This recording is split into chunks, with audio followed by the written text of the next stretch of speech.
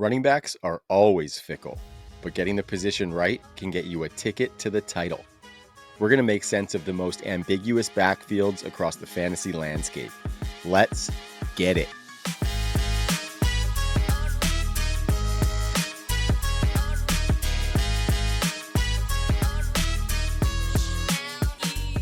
What's up, fantasy people? The True North Fantasy Football Show is back in business, here to inform, empower, and entertain you towards making sound fantasy decisions. I am Trav, hosting and West Coasting, and from the other side of Canada, the Stallions with me as always, Frank Amaranti. How are you doing on this fine Monday, fella? How's it going? The sun is shining. We had, oh man, last week, the coldest weather for late May I could remember. It's such a crazy winter slash spring and beginning of, well, not technically summer, but geez, the weather's finally good today though, so I'm doing great. Yeah, I mean, you East Coasters get a bit more of a crapshoot than we do. It's basically nice out or it's raining, and we have had a little bit of the rain over the last week, but I can't complain out here because definitely a little more volatility over on your side, Frank, but we push on nonetheless. Of course, we are on the True North Fantasy Football YouTube channel. Make sure you subscribe to that and check us out on your audio platforms.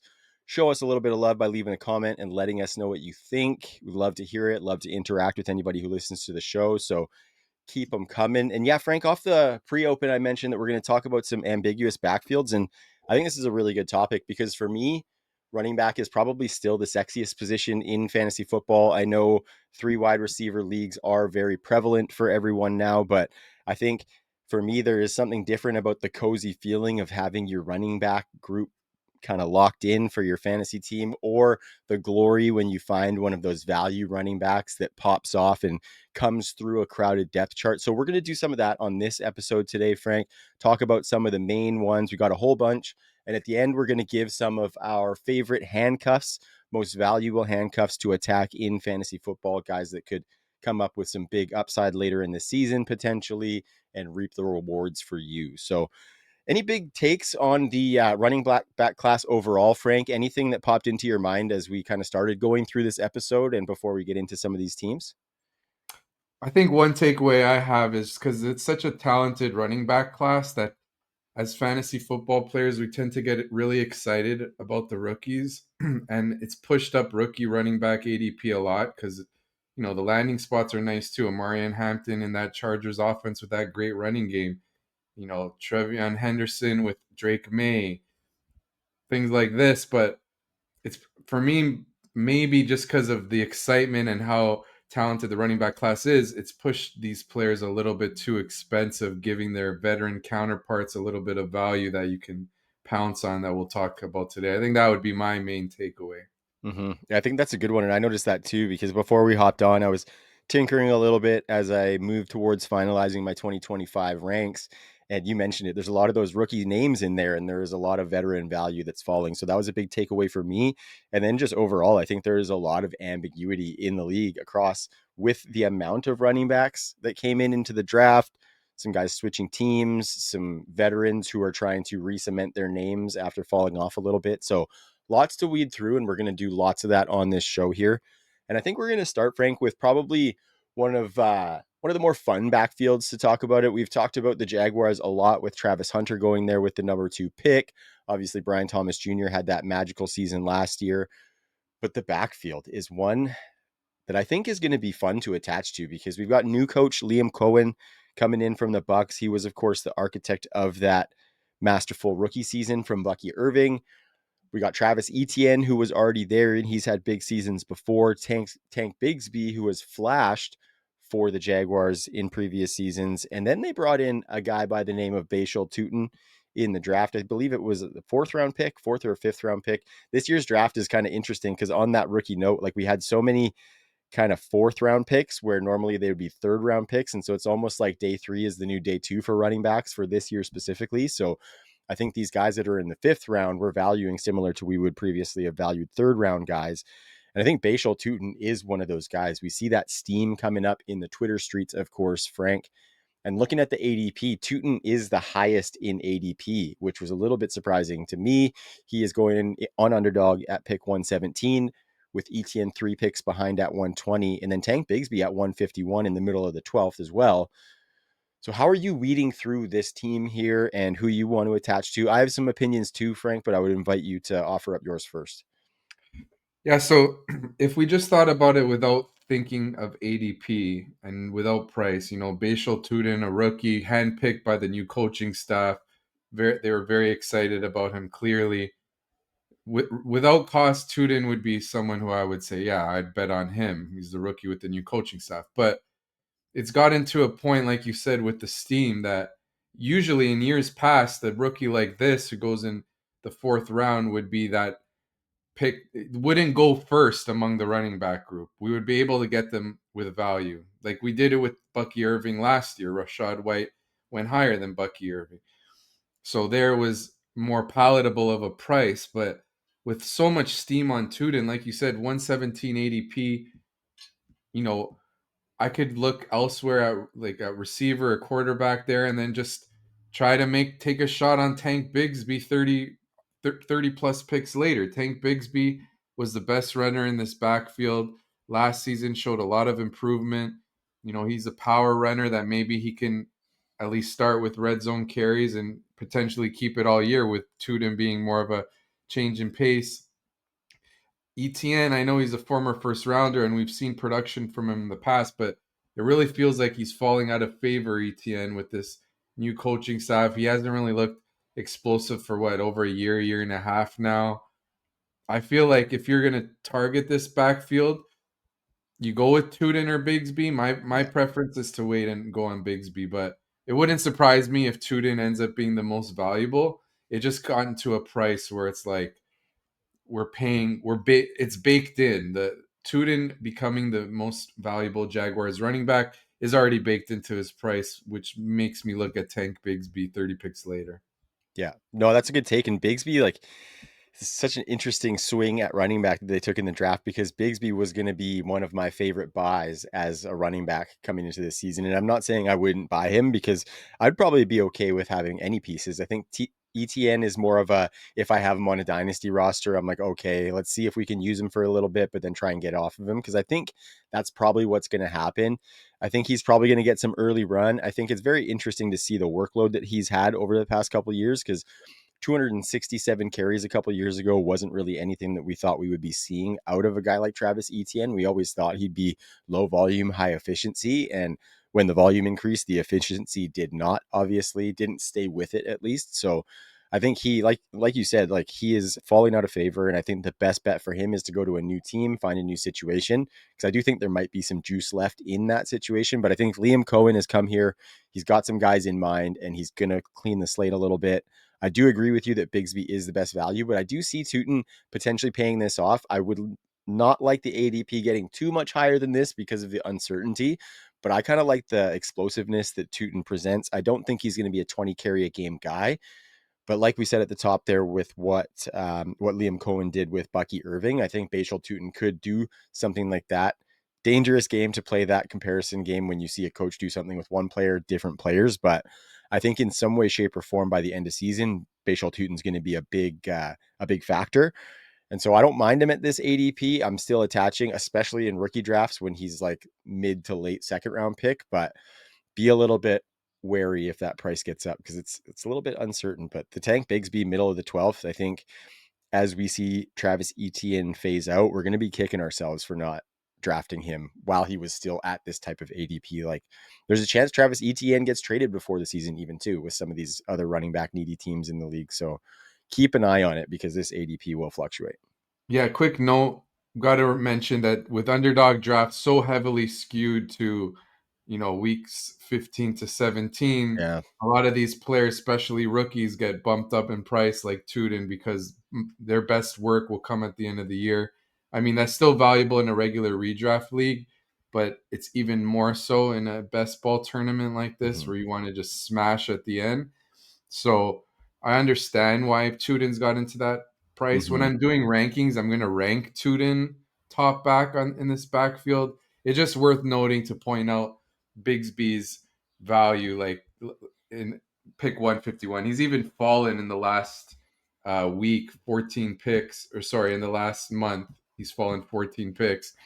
Um, so there's some value here in Bigsby. The archetype of him as a power back getting touchdowns. Like, would it surprise you if Tudin was the most like efficient back and most yards, but Bigsby leads in touchdowns, and that could still be Totally. valuable, Totally. rounding 10 out touchdowns. your roster. So 10 touchdowns and like 600 yards is probably ROI on that 151st pick there. So yeah, I love that point because Tank Bigsby has the easiest path to give you value on top of what you're spending on him for sure. You mentioned another rookie running back when we were kind of talking about them coming in here, and that was Travion Henderson, Frank. And there is a lot of love going on for him right now in the rookie drafts. Of course, I do the Dynasty Underground, and Jax Falcone is a mega Travion truther, and that was even before he went to the New England Patriots. And so there are a lot of fans of him out there. And this team's retooling pretty nicely around Drake May. I think we might have talked about it on one of our episodes there. The new O line, they signed Stephon Diggs. We like Kyle Williams, who they drafted out of Washington State as well. And then Travion Henderson is a nice little piece in the backfield to go alongside Ramondre Stevenson.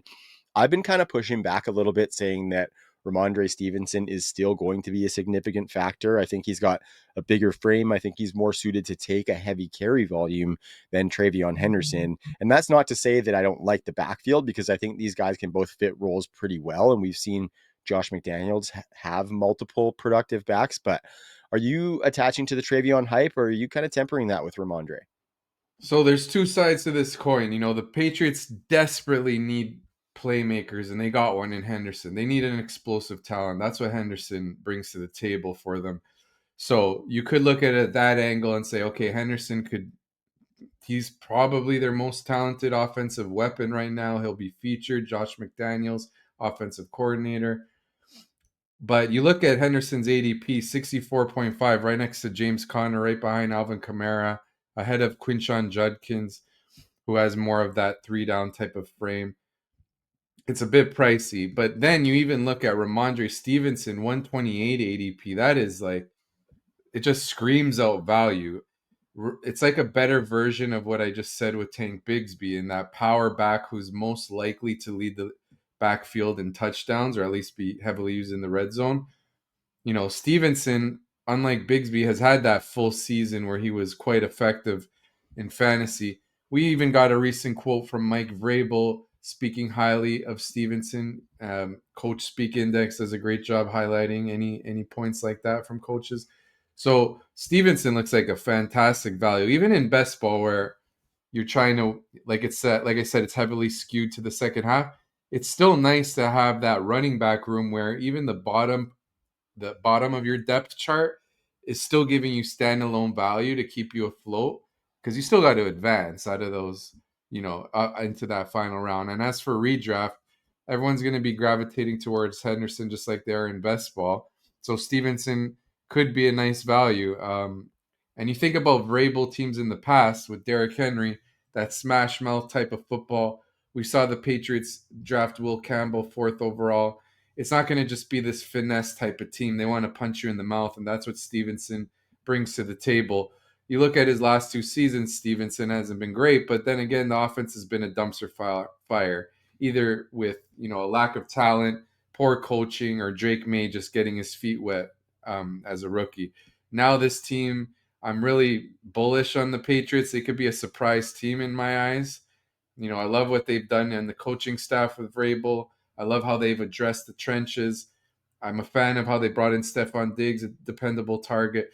So with them being a lot better than last year, putting them in neutral to maybe playing with a lead sometimes, giving Stevenson would be the type of back you'd want as you chew out the clock. So that would benefit him as well. But to your point, just to sum it up, Ramondre Stevenson looks like a phenomenal value. Yeah, and I think a lot of it kind of comes down to the usage, right? Like, it looks fairly clearly like first and second round banger is Ramondre, and then the targets and some of that third down work is going to go to Travion, and we just kind of have to ask ourselves what's it going to look like, because we don't doubt that Josh McDaniels can facilitate some of that and get Travion some of those targets, but what's Drake May going to look like as far as targeting the running back versus taking off with his legs instead? His check down percentage last year was under 10%. Scramblers like me, they target less. They're running backs. Yeah, exactly. And so we don't necessarily know if that's always true. Like if we look at Justin Fields, he was a bit of a check down merchant in Chicago more than you would have anticipated. So despite what the numbers say for Drake May, we kind of want to see that. And of course, you got to be that year early when you attach to Travion. So I don't hate people, especially taking that stance in rookie drafts and things. But when I see him around some of those names for 2025 production that you mentioned, like the Kamaras and some of those other top backs, I can't quite do it with Travion versus maybe some of the other rookie running backs, just because if Drake May is more apt to run the ball instead of check down to the running back, I think Travion Henderson could be in a bit of trouble because they're not going to be giving him 200 carries to go along with whatever targets he gets. So I think the avenue for him to um, make you unhappy on ADP is kind of bigger, especially with the ADP rising like that. So that's where I sit, and I am absolutely attacking Ramondre Yeah, I Stevenson. love that. He's going to be awesome. He's been great, just kind of one of those quietly productive backs who is valuable for fantasy. Yeah, and the profit at his price could just be really good. Like we think of how always gravitate towards the exciting rookie and think the veteran, he's not going to help you at the end of the season. But like, look at the recent seasons we've seen. Raheem Mostert rushing for 18 touchdowns. Was he a flashy pick? By no means. So you can really catch a big profit with some of these veteran running backs, especially when they are the primary ball carrier in the red zone, and that's what Stevenson is going to be. I mean, we can debate values between Henderson and Stevenson all we want, but one fact is Stevenson will be the red zone back. I just can't see it being Henderson. Yeah, So yeah. that alone gives him path to upside, and I'm a fan. Love that call. Bingo. Okay, we're going to move over to Los Angeles because this is one of the most fruitful backfields of the last decade in Sean McVay's Rams. And before the draft, it was looking kind of easy to decipher, right? Kyron Williams was going to be the bell cow with Blake Corum being the clear handcuff, maybe taking a little bit of work later in the season. And then they drafted Jarquez Hunter. He is a very talented back, very explosive. I think he brings some things that Corum and Kyron don't to this backfield. And then this past weekend, some footage came out of the Rams draft room and how excited Sean McVay was to draft Jarquez Hunter at the pick that he did. Brings a lot more questions into what's going to be happening with these guys because Kyron Williams is on a contract year, Frank. I personally am avoiding Kyron Williams with all of this stuff that's coming out. I think these other two running backs on the roster are going to get the chance to show something where the Rams are going to have to decide whether they want to pay Kyron Williams. And my thought would be that they don't want to pay Kyron Williams the kind of money he's going to be asking for on the running back market if they have these two young guys. Got to remember they did also get burned by that Todd Gurley contract to running backs as well. So there might be a little bit of PTSD there. And so my take is that we need to be avoiding Kyron Williams at all costs because if he gets banged up and these rookies start to perform, or if they even get some snaps while he's healthy and perform, I think they're going to put a big dent into what we expect out of Kyron Williams. That has burnt me the past 2 years because I've been a big Kyron Williams fader, but I think I'm going to triple down on it, Frank. And this is because I think this is the year to do it. What do you think McVay is going to do? Are you excited about these younger guys or are you on team Kyron? Well, last year going into the offseason, I thought Kyron Williams starting off was a value. Then I got worried with the punt returner stuff, and because you don't usually see it. And, Blake Corum, the Rams drafted him in the fourth round. So I started to fade Kyron Williams, and that did not work well. Like, because I also attached to Blake Corum, think he could be a great handcuff. And we just consistently saw McVay feed Kyron Williams, not just feed him, but he was like on the field the entire game. It's kind of crazy. Like, what are you even drafting a running back like that if you're not at least like in Corum, not at least using him a little bit? Like he barely used him at all. So even though the Rams drafted Hunter, I'm not gonna. I gotta believe it when I see it. When I see it turn into a committee and they don't continue to feed Kyron, this is the lesson I've learned. I'm just gonna assume that Kyron Williams continues to have a heavy role. With that said, I'm just not gonna draft him. Like Yeah. it's Yeah. saying Good. That's the point. That's I'm it. not gonna be like, okay, let me prioritize Hunter or Blake Corum later as one of my handcuffs I'll just draft a receiver instead of Kyron Williams, or maybe go for Chase Brown, who's a similar profile in that Chase Brown, was drafted late, didn't do much as a rookie, then came on last year, and a lot of his value is tied to volume because with Chase Brown, at least the other backs with him, one is a 6th round pick, the other are two veterans, whereas with Kyron Williams, the other two options are a 4th round pick. And where did they get Hunter? Fourth or fifth, I think somewhere he's a there? third. I think he's a third actually. I think he's pick Oh, 117, so like a late third. No, maybe yeah. early fourth. So Early fourth. Yeah, and then with Chase Brown, he makes way more of an impact in the passing game than Kyron does. So I'd rather just go with Brown at that cost. They go neck and neck, or I can wait and look at James Cook. I know James Cook was inflated by touchdowns, but he's still in a great offense, and there's no reason to think he won't continue to get red zone work. So to your point, I'm not going to be targeting Kyron Williams, but I have to believe it when I see it with these running backs. Just McVay continues to feed Kyron.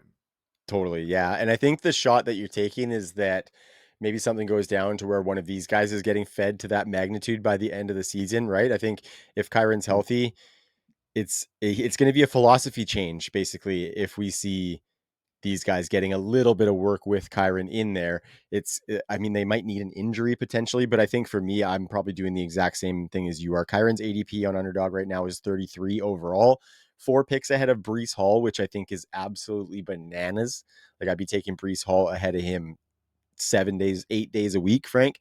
And then look at the wide receivers that are going around there. Yeah, that's a good point. And then looking at the other two guys and the upside that they could bring if a Kyron injury did happen, they're going near pick 200, where he's going at pick 33. And so they're basically a free square at the end of drafts, potentially a waiver wire pick in your redraft leagues. Just keep an eye on that Rams backfield because it's always fruitful for whoever's getting the rock. It just looks like right now Kyron Williams is getting the rock, but I'm willing to take that shot on the bottom of a bench that Jarquez Hunter specifically gets a little bit more run because he does have that explosive element that Kyron and Corum don't have. Where I see Corum as a direct backup to what Kyron does, whereas I think Jarquez could maybe come in, be explosive, get a little bit of pop off plays, maybe have a little bit of standalone if, like we said, Sean McVay wants to change that philosophy a bit. So good take on a very, very fruitful team that we need to attach to because that passing game we know is going to be dialed and it's a fairly condensed tree with Adams, Puka, and I put Terrence Ferguson in there a little bit.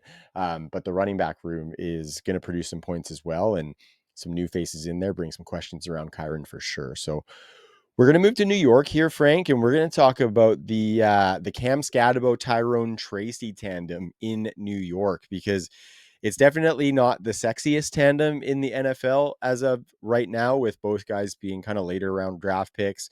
Scadabo hasn't hit the field yet. Tyrone Tracy massively outproduced his expectations last year as a former wide receiver converted. So I think there's going to be some points scored here somehow between these guys. I've been fighting against the perception that Scadabo is going to be taking the whole pie, though, because at perception with his size, it kind of looks like he's going to be getting the goal line work, and we know his pedigree as a pass catcher. And a lot of people are saying that that's going to get him the pass catching work, but I'm pushing back on that because I think Tyrone Tracy's going to have something to say about it. Converted wide receiver, really good pass catcher in his own right. So I don't think we can say that Cam Scadabo is just going to be taking that over right away. And then Tyrone Tracy did a lot for this team last year. Same regime. They remember that and they know that, he was one of the few bright spots for them last season. So I have a hard time saying that they're just going to put him to the wayside with Scadabo's entry. But I think if we look at ADP, it's kind of like it's kind of reflecting that Scadabo is going with the 98th pick and Tracy's going with the 104th pick. So they're right there with each other within 6 picks. I think that's kind of fair. I would maybe like to get them a little bit later just because of the uncertainty of who's going to have what. But what do you think, Frank? Do you think you have a bead on how it's going to go down yet? Or is it a wait and see situation so far? In terms of Tracy versus Scatterbo and who has more value, I could see either or. I could see Scatterbo, asserting his role and having goal line work and then ending up with more fantasy value. I could see Tracy building off what he showed last year, which I should add 300-yard rushing games. He had a game with 10 targets. He's shifty, former receiver, like you said. So I could see either way of who in terms of who has more fantasy value. But one thing I will stand on is that, like you said, Tracy is not going to be just pushed to the wayside. It's going to likely be a committee. And in terms of who I'm buying in fantasy, it really just comes down to the fact that we're getting the player who's already produced a few picks later, and that's Tracy. So if I'm going to take the angle of who I'm targeting out of the two, it would just be Tracy for that reason. We always like to target those running backs who make an impact in the passing game. Like I said, like Tracy's last 7 games, he had four or more targets, so he can make an impact in that regard. We've seen some big plays, 45-yard run and a 145-yard game against a tough Steelers defense. So that's the buy for me, is going with Tracy. This is more of a case of rookie fever with Scatabo already ahead.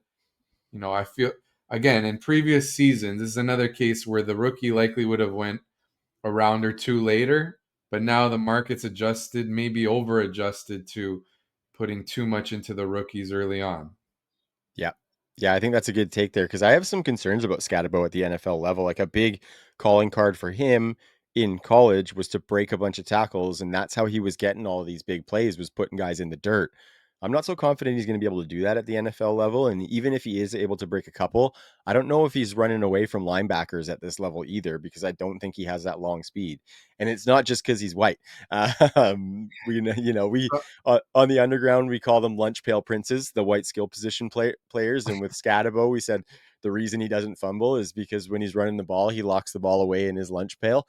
And so I think he is going to have some value from like a volume standpoint, but I do question what the efficiency is going to look like in the NFL. And if Tyrone Tracy's taking any of that passing game work away, I think I want Tyrone Tracy because he's the one who can give you some big pop off stuff. So that's not to say that Scatabo won't, because I've never seen him play it down in the NFL either, just like nobody else has. But that's kind of the stance I'm taking, is I'll just take the cheaper guy, and I think that's going to remain throughout up until the season. I think that'll stay Tyrone Tracy unless we see something big through minicamp or camp where Brian Dable comes out with a big stance on Tracy, but I doubt that's going to happen.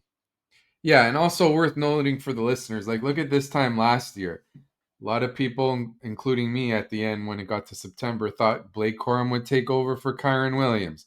A lot of people thought Trey Benson would take over for Yeah, James Conner. A lot of people thought Bucky Irving could for Rashad White. That one worked, but a lot of times it doesn't. And when it doesn't, it's like that backup almost doesn't really give you much at all. does Like in nothing. in Benson and Quorum's case, they were two of the most expensive handcuffs that people were quite confident will at least have some standalone value and emerge, and they just gave you complete zero. So worth noting that risk in taking the rookie ahead of not exactly that Tracy's a veteran, but he performed well in his first year. So that's a risk worth acknowledging. Yeah. Yeah, for sure. And as somebody with a ton of Trey Benson bags, we are waiting. We are waiting. So we're gonna go to Dallas and talk about the Cowboys. And I know this isn't like the sexiest backfield, but somebody's gonna get some touches. And I think it's a pretty ambiguous one for us to unpack here, Frank. So of course the passing game is looking frisky. They just acquired George Pickens. They got Dak Prescott coming back healthy. The run game does not inspire that kind of confidence. Javonte Williams, Jaden Blue, Miles Sanders. Like, it's hard to say that we're excited about any of these guys whatsoever. Maybe you have a different take than I do, Frank, but do you think there's even any value to extract here, or should we be avoiding this altogether? Uh, for me, I think we can target this backfield because I do believe the Cowboys will be much improved this season.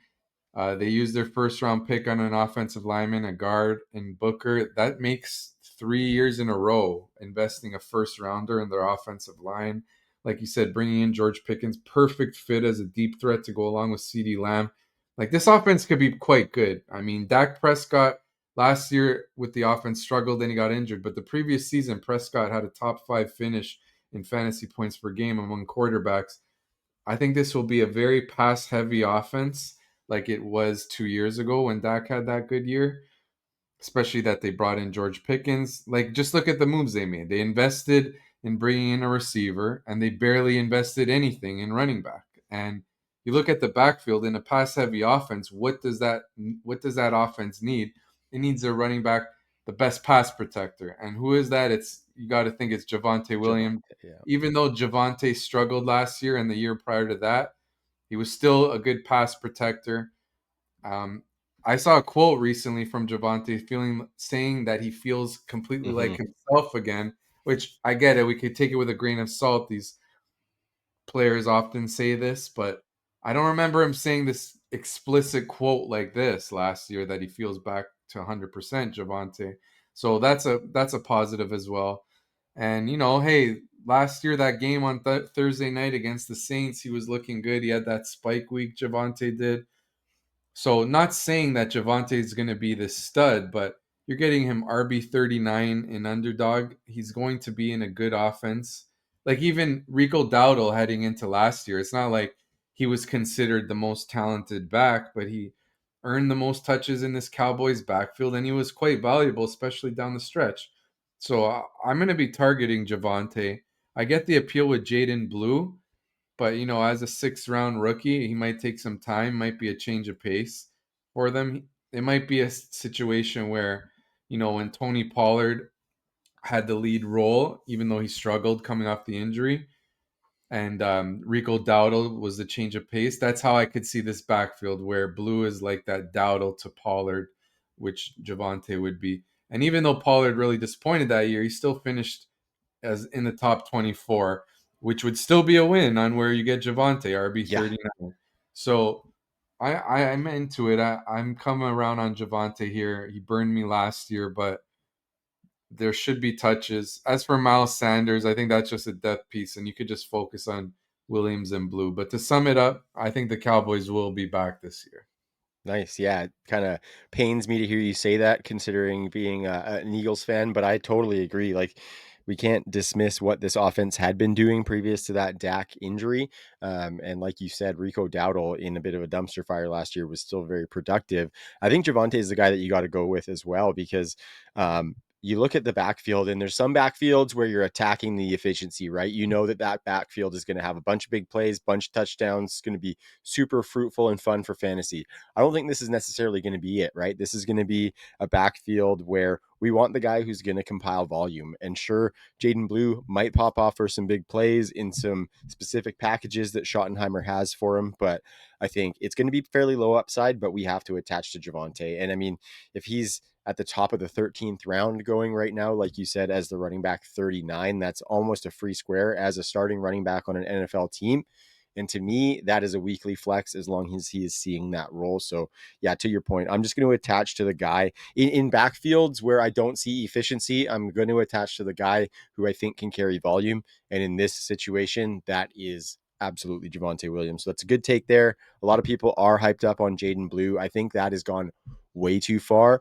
I think what you can do with Jaden Blue is if, say, you're in a rookie draft and you get him late enough where you think that you could maybe flip him or something, you just wait until he has a couple of big games or people get excited and then you trade him because he's not the long-term solution in this backfield. I could see in the next couple of years them investing a little bit more heavy into thinking that they can find a final piece running back. And I don't think Jaden Blue is that. So I think it's going to be short-lived, whatever production he sees. And then Javonte is going to be kind of that workman-like starter for you, maybe getting you double digits every week in a PPR league and not winning you weeks, not winning you the league. But yeah, how about it, Frank?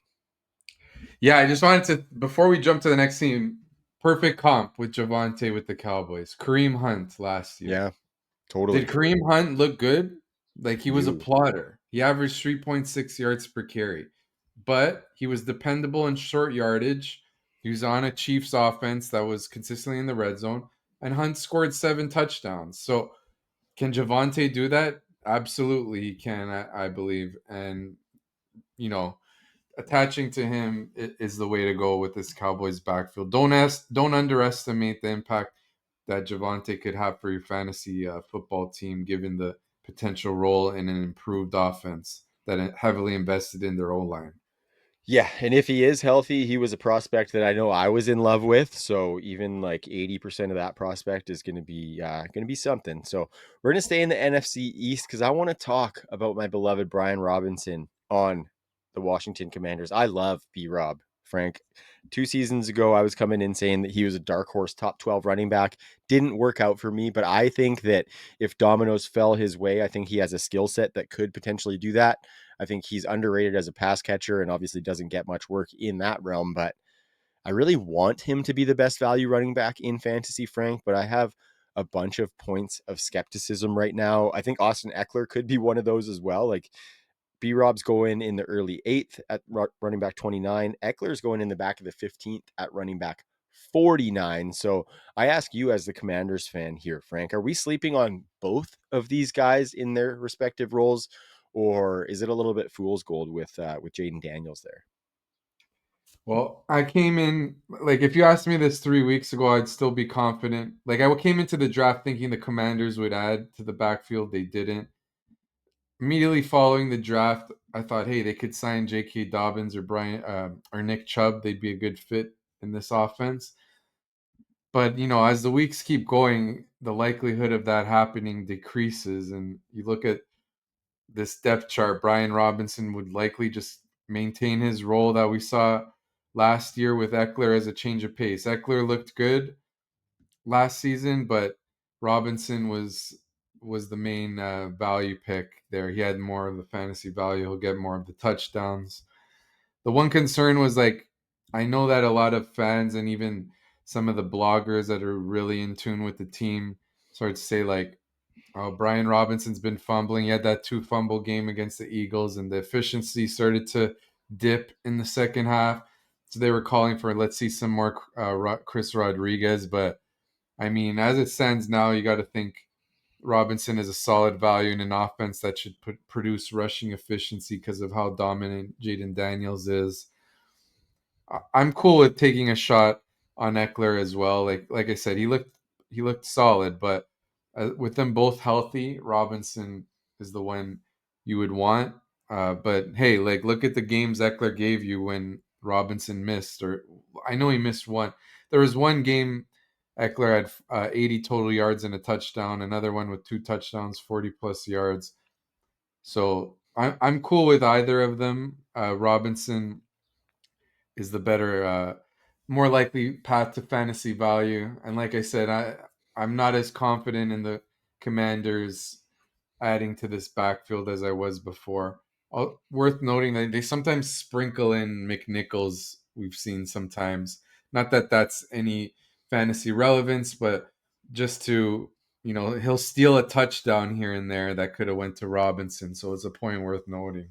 Yeah, kind of more of an annoyance than anything for B Rob. Hey, and yeah, I just got a lot of concerns. Like the biggest thing that I noticed is that with Jaden Daniels, they are not targeting the running back nearly as much. They had 76 running back targets all of last year, which was a bottom 10 figure across the league. And that's down from, I think, 104 the previous year and 120 the year before that. Different regimes, though. Um, so I think for me, like Eckler, despite the really, really cheap price tag, I think I'm kind of out on him as being someone who's going to give you much standalone if Brian Robinson were to stay healthy. And even if Brian Robinson does get hurt, like in games where Brian Robinson played, Austin Eckler never had more than 23% of the team's carries last year. And we know he's not going to get that many targets. And so I just have a hard time seeing anything but handcuff duties for him.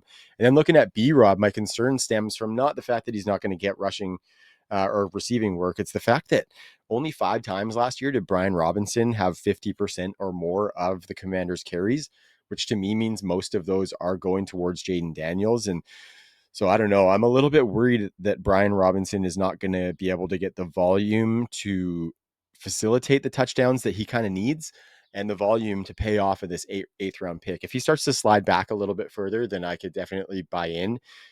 And keep in mind, I am an absolute truther of B Rob, so I don't want this to be true, but I have a hard time seeing him pay off even at that eighth round price as a starting running back, unless he's getting a ton of those touchdowns, and I'm not sure he's getting those. So that one hurts, Frank.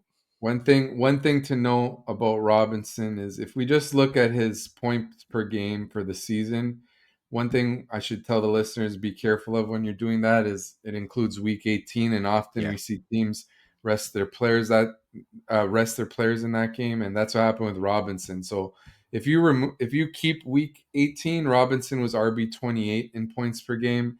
if you just remove week 18, that jumps to RB 23, which is 6 spots ahead of his current ADP, RB 29.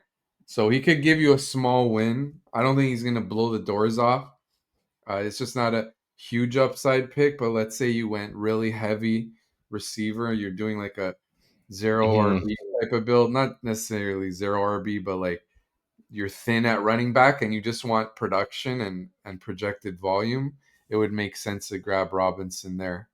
That's the point, really. That is the point. Because if you look at the guys who go around him in drafts, he's almost a bit of a tier break, right? Because he goes at pick 88. And of course, this is just underdog draft, so take it for what you will. But it's the most drafts and the most sharp people drafting at this point in the offseason. Like the next guys after him, it's a bit of a drop off, right? Pacheco, who has a lot more questions. Scadabo, Jordan Mason, Tyrone Tracy, Jalen Warren, Najee Harris, I might like there, but then it's just getting into a bunch of backups. So that's a good point Exactly. there, Frank, that those zero RB teams might have to just target Brian Mhm. Robinson and take the lumps and hope for upside because the tier drops pretty quickly after him. So that's a nice little wrap there. Moving in, okay, I said Jordan Mason, so we'll talk about the Vikings. This to me, like I love Aaron Jones, and I think he's one of the most underrated running backs of the last like 7 or 8 years, just with what he's been able to do from an efficiency and a touchdown standpoint. The Jordan Mason addition, while adding a running back, was absolutely essential for Minnesota with just Aaron Jones there. I'm not sure I know what to make of this Jordan Mason situation because there's hype around his acquisition. Felt like he's going to be like a 1B taking 50% of the touches. My on paper looks like he's going to be a pretty clear backup, spelling when Aaron Jones needs a breath because he's up there in age. What side of the camp do you fall in on, though? Jordan Mason showed well in San Francisco, but to me, San Francisco kind of adds 10%. You know how like the camera adds 10 pounds? I think like the San Francisco offense adds 10% efficiency. You know what I mean? And so I wonder how that's going to work for people investing in Jordan Mason. I think this was just a smart acquisition by the Vikings, looking for depth behind Aaron Jones, who, like you said, is getting older, has dealt with injuries. Trading for a player who was on a crowded depth chart on a team that could easily trade him because the emergence of Isaac Garendo and then McCaffrey being back with the 49ers. So the Vikings recognize that and they just strengthened their roster. Mason, like you said, did well in the Shanahan scheme. Good news is Kevin O'Connell comes from he worked with Sean McVay, who worked with Shanahan. So it's all the similar running scheme, similar offensive scheme overall, run blocking. So that's good for Mason. It's a nice landing spot for him. But as it stands, Aaron Jones will be likely to be the lead back. Jordan Mason spelling him, maybe taking a few touchdowns.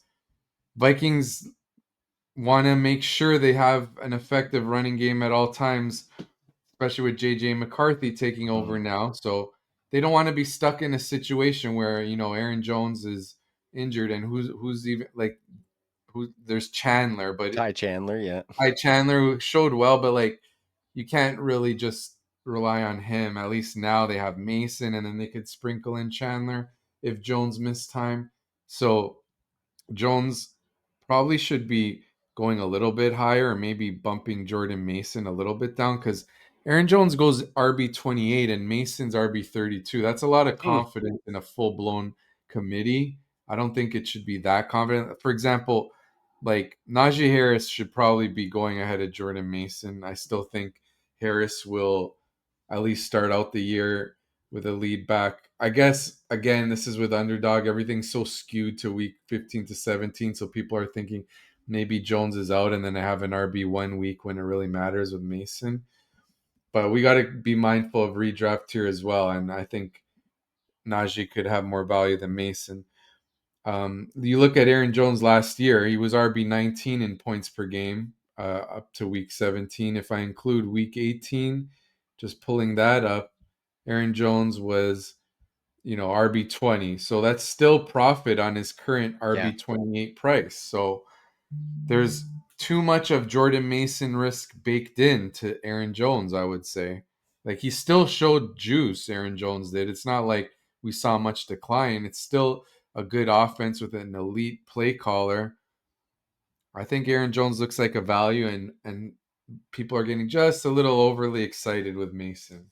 Yeah, I would tend to agree with you there. I love Aaron Jones, and I think, yeah, when he's healthy, he's going to be a strong running back too for you, and you can just take that to the bank. I was very surprised the Vikings didn't draft a running back, actually, Frank. I think that would have been a nuts spot. Like, could you imagine if they drafted one of these guys, like even say like a Devin Neal went to Minnesota or a DJ Giddens went to Minnesota? We'd be steaming that guy up in the same vein as like RJ Harvey almost. So very Yeah. interesting how these things shake out or don't shake out in the NFL draft when we spend these agonizing hours thinking the Minnesota Vikings are going to take a running back and they just don't do it. So it's funny. It's funny how we do that. Hey. Yeah, So I got some more teams on the list here, Frank. I think I got a fun way for us to rapid fire them here. So I'm going to give you some rapid fire questions on some of these other teams that we have listed. And we'll sure. just kind of bounce off of that. So the Pittsburgh Steelers, Caleb Johnson gets what percentage of touches this year alongside Jalen Warren?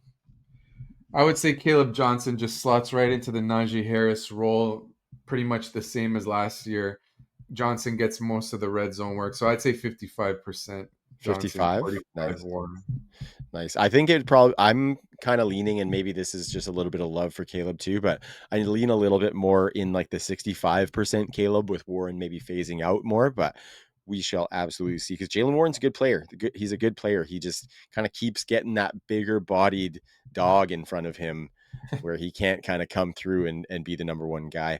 Okay. The Jets, Brees Hall will be a top 5 running back in 2025. I'm going to say no on that for Brees Hall. I love the talent, but he hasn't looked as explosive the last couple of years. Like we saw even in that with Aaron Rodgers 2 years ago when Aaron Rodgers had the Achilles injury and Hall had that breakaway run, but then he got caught from behind. It seems like he's never got that full burst back, Brees Hall. And, his name was in trade rumors. You know, maybe the new coaching staff puts more of a committee. I think I read some talk of that. And Braylon Allen has some talent as a power back. And he's still young. He was only 20 or 21 last year, Allen. Mm-hmm. So I'm going to Yeah. say no on Brees Hall. Also, with Justin Fields, I know you said sometimes he checks down, but he's going to look to run first. Yeah. And you won't see the same type of prolific receiving production from Brees Hall that we've seen in years past. So I think that will keep him, you know, cap his ceiling. So I'm going to say no on that type of upside for Hall. Yeah, that Justin Fields season could have just been an outlier. I'm looking here, and of all quarterbacks who had 100 dropbacks in 2024, he had the second highest check down percentage, only Yeah. behind the check down king Andy Dalton. So maybe a little bit of an outlier there as well, with kind of Shane Waldron's shitty offense and DeAndre Swift getting some of those check downs. Yeah, that's true. Should be. It will be interesting. It's always interesting in a Justin Fields offense, and then you put him on the Jets, and it's double interesting. So it's going to be it's going to be Plus, they wild. have two first round offensive tackles last 2 years. They could have a They pretty could be strong frisky. running game. They could I be think frisky. Hall, yeah, I think Hall will have a lot more efficiency and it'll be a good running game. And Hall will, maybe he can rediscover himself and just really have some strong production on the ground. I'm with you in what you said earlier, in that you'd rather have Hall than Kyron Williams. So I get the appeal for sure. Yeah, totally. Yeah, I think you're right that he probably won't finish top 5, but I think he's right on that cusp, and it's in his realm of possibilities. So going to the Seahawks, Kenneth Walker will be a top 12 running back in 2025.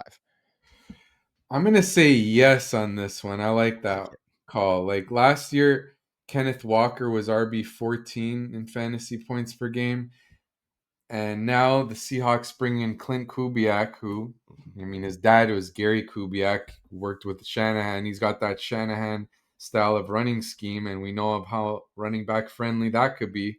Kenneth Walker, despite his flaws, is more of a home run hitter who may take some lost yardage, whereas Charbonnet is just that churning forward and more dependable.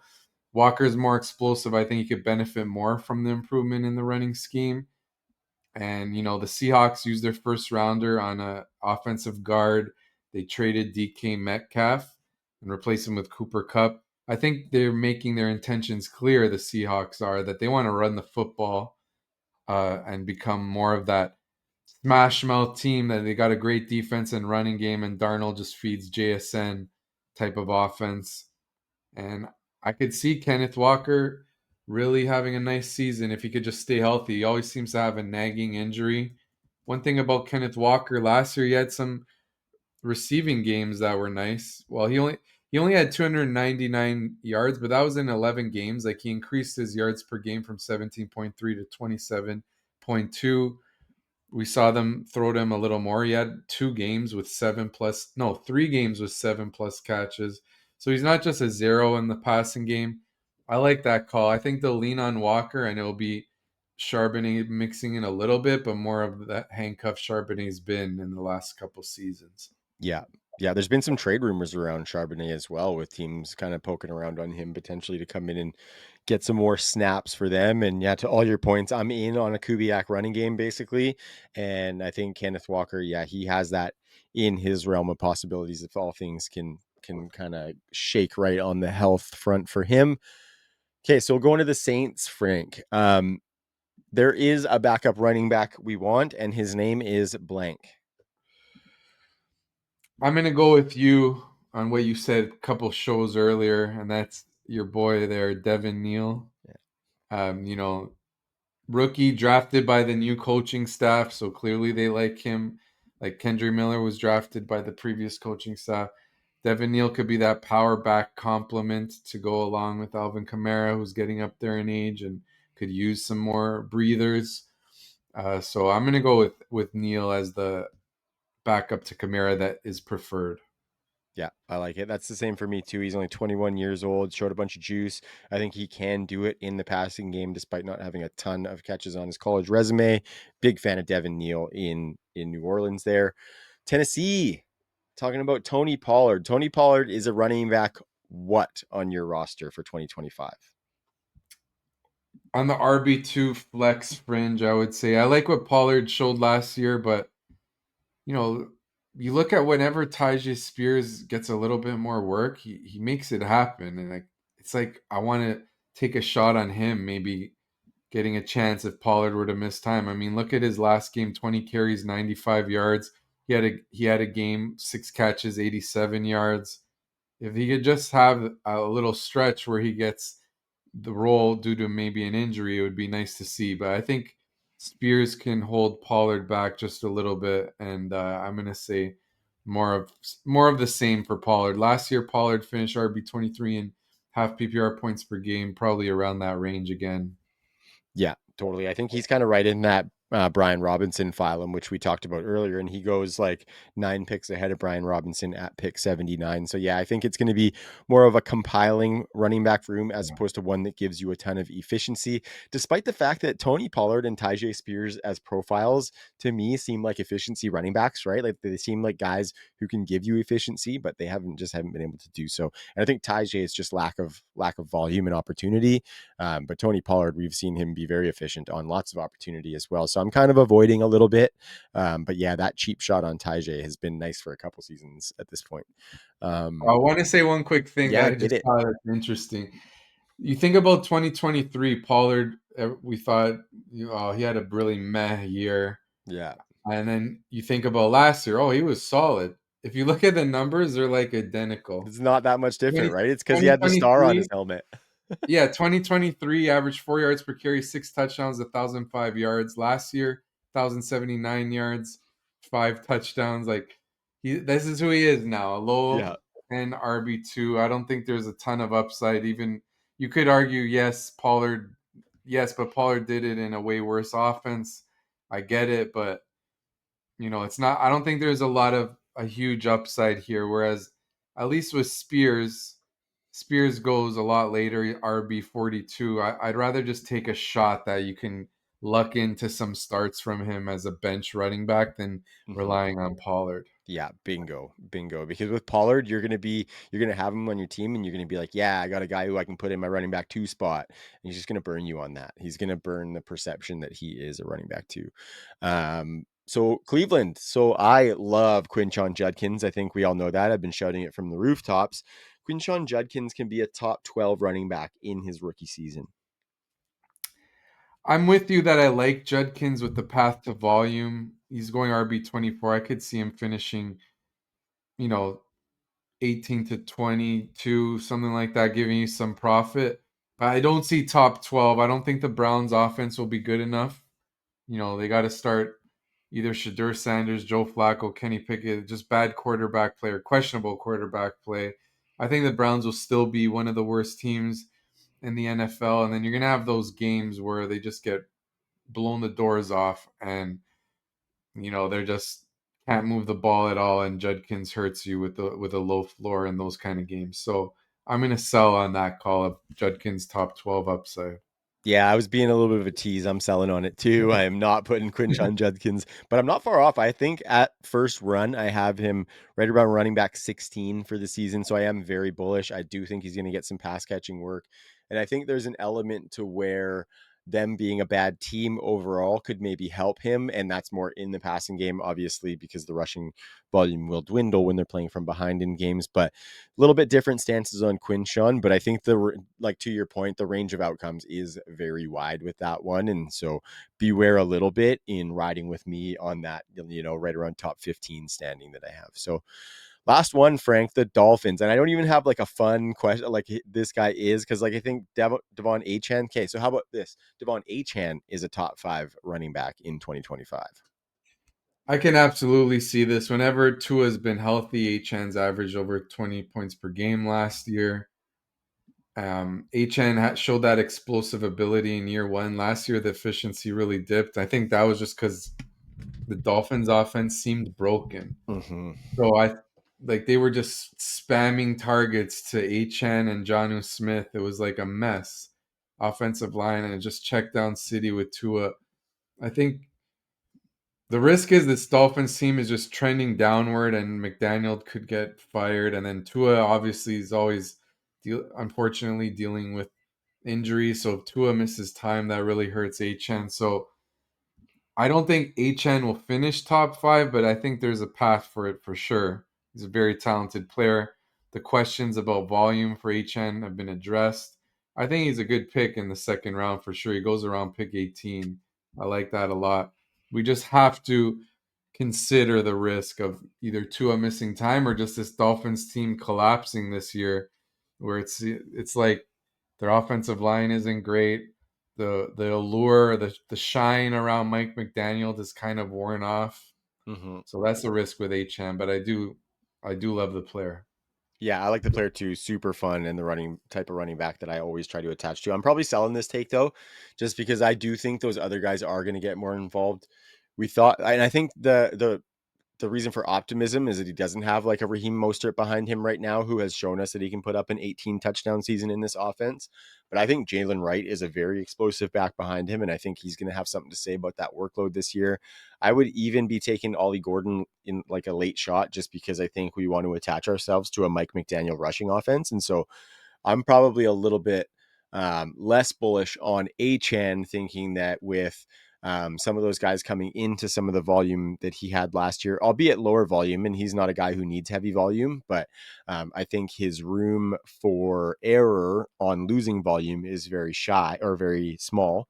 And I just think these other guys are pretty good, and McDaniels is going to want to run that multi-back set. So those things can happen at the same time though, right? Like there can be a multi-back set while Achan's producing at a top 5 clip.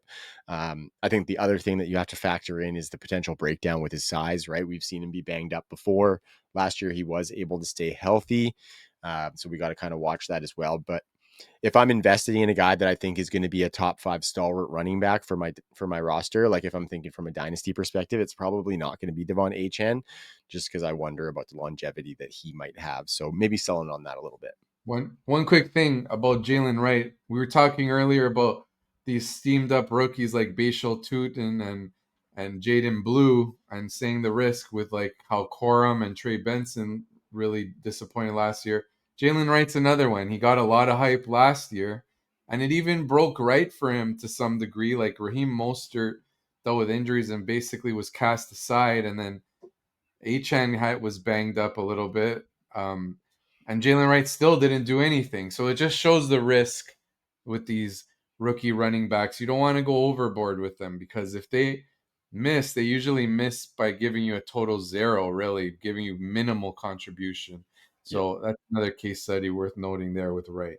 Yeah, and some of that comes into like roster construction as well, and how you build your running back room up front as to how much you can allow for that risk to be taken on into your team, right? If you drafted a couple of studs that are definitely getting 200 plus carries, maybe you can afford to take a little bit more of that risk on these high upside backfields. But maybe if you went a little bit more risky with your running backs at the top, say maybe you did draft an HN as your number one running back, maybe you want to look at these guys like a Brian Robinson and Javonte Williams types that are going to get some of that secure volume. And so definitely like whatever fits into the way that you're building your teams for sure. So I think that's good, Frank. I think what did we Yeah. get through there? Like 12 or 13 ambiguous backfields. There's probably a couple that we didn't hit, but of course, if anybody has any questions, feel free to drop us a comment and we would love to answer there.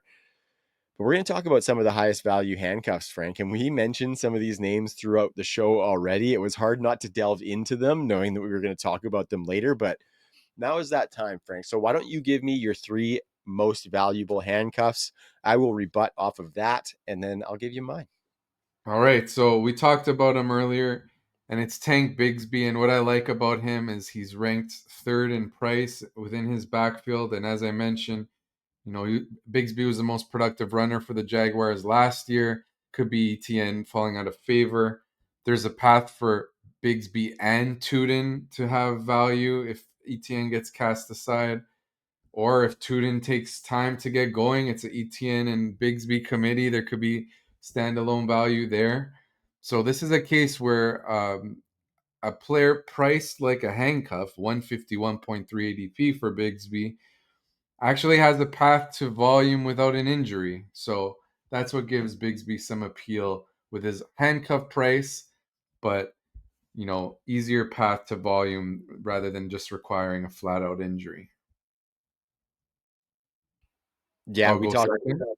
Yeah, Oh, we talked. sorry. Yeah, yeah, just keep just so roll back into your second one, and I'll just cut this. Oh, sorry. Yeah, yeah, My yeah. bad. Just give all three. Okay. Yeah, Okay. So second one, Braylon Allen mentioned how Justin Fields can have a major impact on this running game with his threat of his legs. Jets used back-to-back first rounders on offensive tackles. They're going to want to run the football. They're going to be run heavy. And with Brees Hall's name being popping up in trade rumors, maybe that highlights how maybe the Jets want to go committee and they feel like Hall is a bit of expendable. They could get a pick for him and cash in. And maybe that kind of trade happens in season at the deadline, and then Braylon Allen becomes their lead back. Maybe Allen still is in a committee, but at least in the 1A. And, Braylon Allen, people liked him as a prospect. He dipped in the second half last year, but there were moments last year where he looked quite good. RB 50 ADP for Braylon Allen. I think he's worth a look. And then the third one, this one I would only recommend in redraft leagues where it's deep. And if you're drafting early, like now, let's say on FFPC or NFFC, something like that, where you can drop him. Because I think this one, Elijah Mitchell, who signed with the Kansas City Chiefs, there's a path where maybe he can carve out somewhat of a role, but there's also a path that he just gets cut in camp and just doesn't work out. And you don't want to take that zero in best ball, especially if you're drafting early. So Elijah Mitchell is more of like a really late, deep redraft where you can cut him if it doesn't work out type of handcuff with a path to earn volume. If Pacheco still shows struggles in returning to form, maybe the Chiefs want a little more juice than Kareem Hunt, who's just a short yardage plotter, and maybe the rookie they drafted. What was his name again? The rookie the Rashard Chiefs. Smith, Yes, so maybe he takes a while to acclimate. also a converted wideout. Also a Yeah, converted also could wideout. So be you Tyrone never even Trace. know. Yeah, and he could struggle to adapt to the position. So yeah, Elijah Mitchell, he's shown it in the past. Maybe you get lucky. I mean, look at Kareem Hunt. He wasn't good for a couple of years, and he turned in a productive season. So that's the positive case for Mitchell. The floor is that he gets cut, like I said. So don't take him in best ball. I'm probably like less weary about that. I think he's going to cement himself as the backup to Good. Pacheco this season. I love Elijah Mitchell. I think he's a really good player. And, if you like Jordan Mason, you better like Elijah Mitchell because Elijah Mitchell was Jordan Mason in San Francisco before Jordan Mason was Jordan Mason in San Francisco. Because you remember that 1 year where Christian McCaffrey got Mhm. hurt, Elijah Mitchell was phenomenal in replacing him. And now I think that, Kansas City can run probably not quite as efficient a running game as San Francisco, but I think if we see Elijah Mitchell getting significant carries in Kansas City, we're going to have to take note.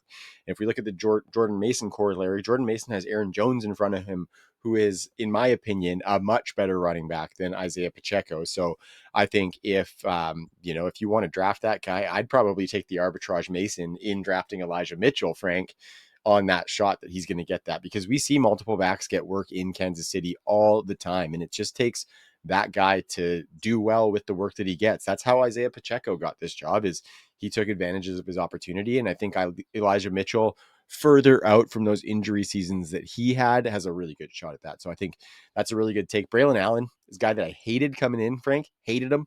I thought he was like that plotter running back who is not even something that the NFL uses anymore, but he proved me wrong.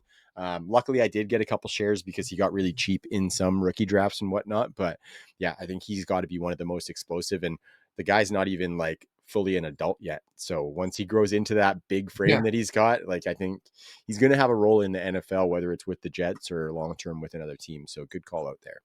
I want to add one risk with Mitchell. Like, even though I'm mentioning him as a really end of bench stash type of handcuff, we do have to acknowledge he missed the entire 2024 season. He only had 281 yards in 11 games in 2023. 2022, he played only 5 games. He's dealt with, like you said, a lot of injuries. And the reason I say the risk, the floor, is that he just gets flat out Yeah, cut.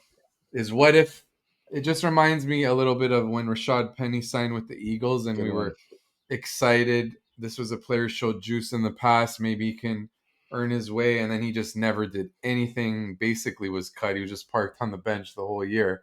So that's my only concern and why I wouldn't take him in best ball where you don't want a Yeah. total zero. Yeah, good call. Good call. Okay, so mine, Frank, we talked about a couple of them. Trey Benson is number one on the list. I have been buying him since last season when I saw that his value was dipping after not getting any work behind James Conner. And while the fact that he didn't get a bunch of work behind James Conner is a little bit concerning, I think we have to kind of amount that to a feather in the cap of James Conner and what he did. Like he kept the rookie at bay with the way that he played. He was one of the best value running backs last year and just be one of the best running backs there was in the NFL from a real football standpoint. Connor does it both as a pass catcher and as a runner. We know he has some injury history though, and I think if Trey Benson can catch some of that opportunity, he can show the Cardinals that they don't need to invest in another guy as their long-term starter, that he can be that whenever James Conner's runs his course, right? And so obviously not wishing an injury on James Conner, but I think if you look what he's done as that dual threat back, I think Trey Benson can come in and just do exactly what James Conner's been doing for the Arizona Cardinals. And I think they've shown that they want to trust one guy. So if you're looking at these places where a guy's one person away from getting a shot, and you want to find the ones where they're going to use a bell cow, I think Arizona is absolutely it. So I think that whole role would be going to Trey Benson if James Conner went down, and that's why he's one of the most valuable for me. And in Dynasty, I'm buying him everywhere. Last year, I bought him. I sold Joe Mixon for Trey Benson in a second round pick. That second round pick turned into Bashal Tutin, so I got Trey Benson and Bashal Tutin for Joe Mixon, and I think those are nice little retooling your offense picks where I didn't need a guy like Joe Mixon who was aging and producing well. So Benson's one of mine. I think, the Trey Benson of this season could very well be DJ Giddens in Indianapolis behind Jonathan Taylor. Jonathan Taylor, of course, is cemented as the bell cow back, and he's borderline top 5 in all formats right now. But I think DJ Giddens, like I talked about it, if he was to have gone to, say, Minnesota, I think we'd be steaming him way up just like we are RJ Harvey. I think the dip in volume is coming from being behind Jonathan Taylor, and I would attack that dip as opposed to just wash him off my board via that dip. I think Jonathan Taylor takes so much work that we have to acknowledge the guy behind him would be so valuable if Jonathan Taylor went down. And I think DJ Giddens can be that guy. Lots of wiggle, lots of explosiveness and bursts. And I think if he gets the opportunity, he's going to show it in the NFL. So he's one of my favorites. I might be getting on that rookie fever a little bit, Frank. I must say that rookie running back fever, I might be attaching to that a little bit. So we will see if it burns me. But then the other guy I mentioned was Jalen Wright, one of my favorite running backs coming out of his draft class. Really explosive, has some wiggle. Didn't quite get to show it last year. Had a couple of flashes, but that's about it. I'm more hopeful that he can take over that Raheem Mostert kind of second fiddle role to Devon Achane. I think somebody's going to need to take some carries there alongside Achane, and I think Jalen Wright gets the first crack. So those are my three. I mean, I would take a shot on Ollie Gordon as well. I like him coming out. I think he has really good pedigree, and just historically, we've wanted pieces of the McDaniels run game. So if you can get some of them cheap, I'm a proponent of adding them to deep benches if it's if it's facilitated. Some leagues your bench is too shallow that you're never adding Ollie Gordon, so fair enough. But he'd be a guy I'd still keep an eye out on the waiver wires nonetheless. Yeah. Also, to your point about your three, Trey Benson, a lot of people like them as a prospect. We were just waiting, feeling like it's inevitable. He takes over for Connor. Connor, another year older. He's dealt with injuries. I like that call for sure. I think if Connor missed time, Benson would just step right in and be quite valuable. So that's a great handcuff. DJ Giddens, I know you like him as a prospect, and encouraging for your sake on your like for your love for Giddens is like, even though Trey Sermon really struggled last year when Taylor missed time, he had a game with 18 carries. So it's like Shane Steichen showed that if Taylor were to be out, he would feed the replacement. So that's another feather in Giddens' cap as a potential handcuff. And then Jalen Wright, it's same situation with Trey Benson, a touted prospect that doesn't do as much as a rookie, but in year two maybe gets used a little more. Maybe that McDaniel running game comes back. Maybe he's able to make adjustments and the offense isn't just running back targets and targets to Jonnu Smith like last year. So I get the appeal there as well. Plus, like some of the shine is worn off on those two, Benson and Wright, especially because they disappointed as a rookie. So it's always nice to get that post hype type of prospect and just buy the dip, as you mentioned. Mm-hmm. And then if they do pop off, that's such a good feeling too, especially Yeah. when you've been touting a guy since he was coming out of the draft. Like if Jalen Wright hits, Frank, my pants are coming off and I'm running down the street. Like it's going to be incredible. Yeah. So I think that was a nice little wrap on the running back position, man. And I think next week we talked about doing some ambiguous wide receiver rooms. And so next week we'll probably have something similar to this episode centered around the wide receiver position. So I hope the listeners will tune in with us, Frank. Yeah, it's been fun getting a couple episodes in. Just the start. We're going to have a bunch more. So subscribe to that channel, True North Fantasy Football, on YouTube. And then, of course, we have the Substack going there as well, tnff.substack.com. All of our stuff will be posted on the True North socials, so follow us there to keep up on it as well. Any parting shots for the people on this Monday before we ride out, Frank? Yeah, parting shot is just the main idea of this episode is don't get too caught up in rookie fever to the point that makes you overlook the veteran there. We talked about Ramondre Stevenson with Trevion Henderson. We talked about, a little bit about Najee Harris. So they can turn into values for you. Like we said, Raheem Mostert 2 years ago had 18 touchdowns. No one thought that year. Like sometimes some of these boring veterans really give you a huge profit where you get them in your draft. So don't overlook them due to rookie fever. Yeah, don't get too enamored by the shiny new toys. And with that, this has been the True North Fantasy Football Pod for Frank Amaranti. I am Travis Steele. We will be back next week. Peace.